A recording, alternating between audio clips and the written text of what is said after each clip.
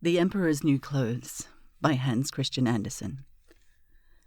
Many years ago, there was an emperor who was so excessively fond of new clothes that he spent all his money in dress. He did not trouble himself in the least about his soldiers, nor did he care to go either to the theatre or the chase, except for the opportunities then afforded him for displaying his new clothes.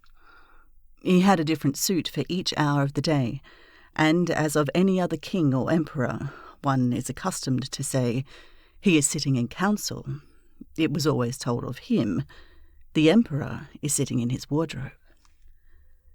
Time passed merrily in the large town which was his capital. Strangers arrived every day at the court. One day, 2 rogues, calling themselves weavers, made their appearance. They gave out that they knew how to weave stuffs of the most beautiful colours and elaborate patterns, the clothes manufactured from which should have the wonderful property of remaining invisible to everyone who was unfit for the office he held, or who was extraordinarily simple in character. These must, indeed, be splendid clothes, thought the emperor. Had I such a suit, I might at once find out what men in my realms are unfit for their office, and also be able to distinguish the wise from the foolish. This stuff must be woven for me immediately.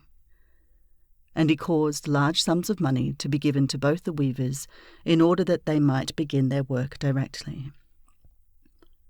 So the 2 pretended weavers set up 2 looms and affected to work very busily, though in reality they did nothing at all. They asked for the most delicate silk and the purest gold thread, put both into their knapsacks, and then continued their pretended work at the empty looms until late at night.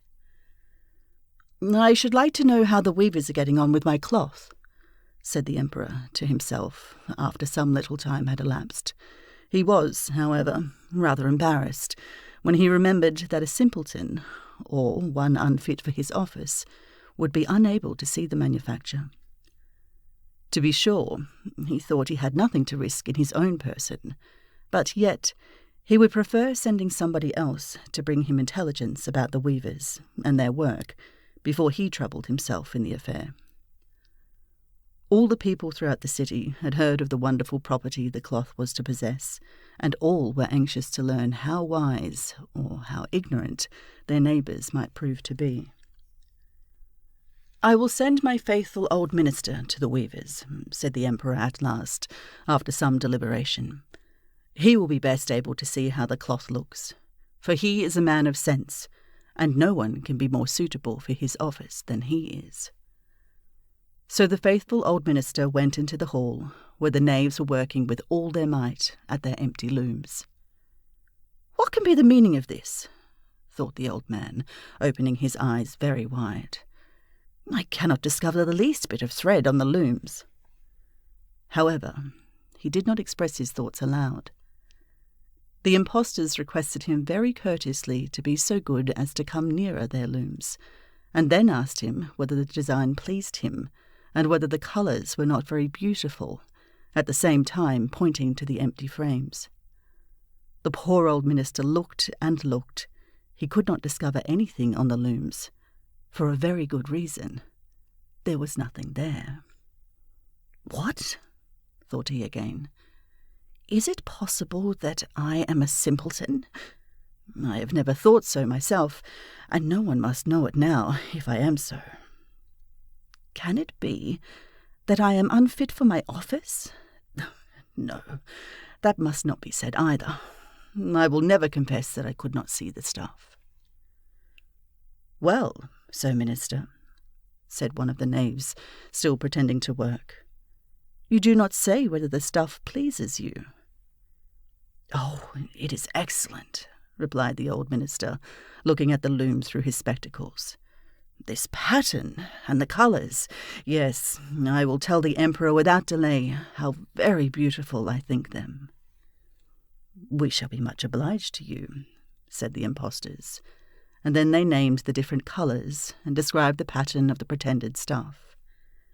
The old minister listened attentively to their words, in order that he might repeat them to the emperor, And then the knaves asked for more silk and more gold, saying that it was necessary to complete what they had begun. However, they put all that was given them into their knapsacks and continued to work with as much apparent diligence as before at their empty looms. The emperor now sent another officer of his court to see how the men were getting on, and to ascertain whether the cloth would soon be ready. It was just the same with this gentleman as with the minister. He surveyed the looms on all sides, but could see nothing at all but the empty frames. "Does the stuff not appear as beautiful to you as it did to my lord the minister?" asked the impostors of the emperor's second ambassador, at the same time making the same gestures as before, and talking of the design and colours which were not there. "I certainly am not stupid," thought the messenger. "It must be that I am not fit for my good, profitable office. That is very odd. However, no one shall know anything about it." And accordingly he praised the stuff he could not see, and declared that he was delighted with both colours and patterns. "Indeed, please your imperial majesty," said to his sovereign when he returned, "the cloth which the weavers are preparing is extraordinarily magnificent." The whole city was talking of the splendid cloth which the emperor had ordered to be woven at his own expense. And now the emperor himself wished to see the costly manufacture while it was still in the loom. Accompanied by a select number of officers of the court, among whom were the two honest men who had already admired the cloth, he went to the crafty impostors, who, as soon as they were aware of the emperor's approach, went on working more diligently than ever, although they still did not pass a single thread through the looms. "Is not the work absolutely magnificent?" said the two officers of the crown already mentioned. "If your majesty will only be pleased to look at it, what a splendid design, what glorious colours!" And at the same time they pointed to the empty frames, for they imagined that everyone else could see this exquisite piece of workmanship. "How is this?" said the emperor to himself. I can see nothing. This is indeed a terrible affair. Am I a simpleton, or am I unfit to be an emperor? That would be the worst thing that could happen. Oh, the cloth is charming," said he aloud. "It has my complete approbation."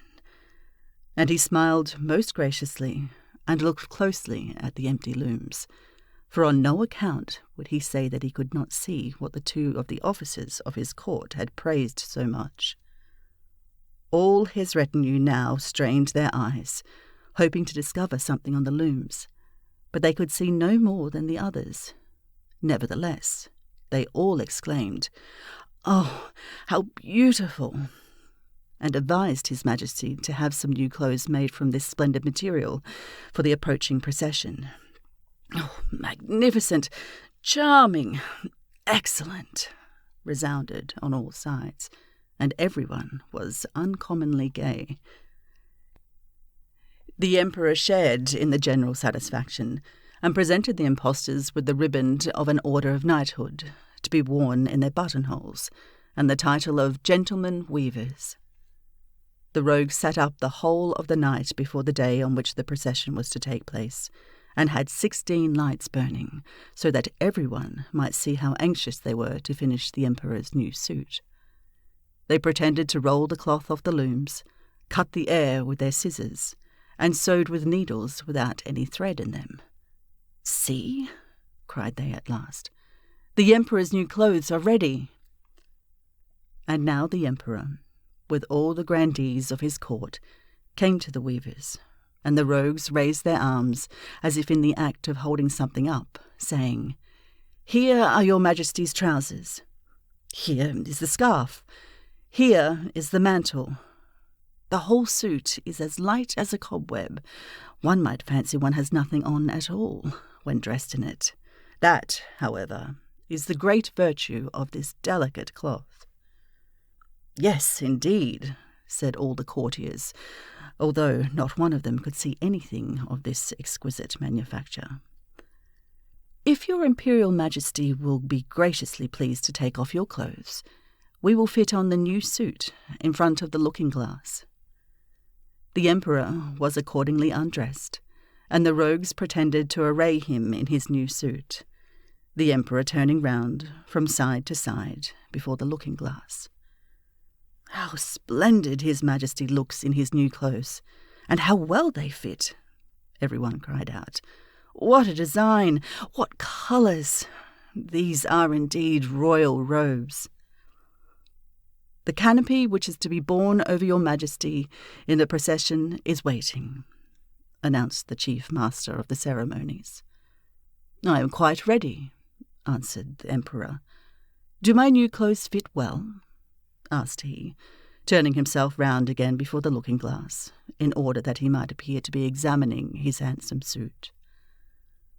The lords of the bedchamber, who were to carry His Majesty's train, felt about on the ground, as if they were lifting up the ends of the mantle, and pretended to be carrying something, for they would by no means betray anything like simplicity or unfitness for their office.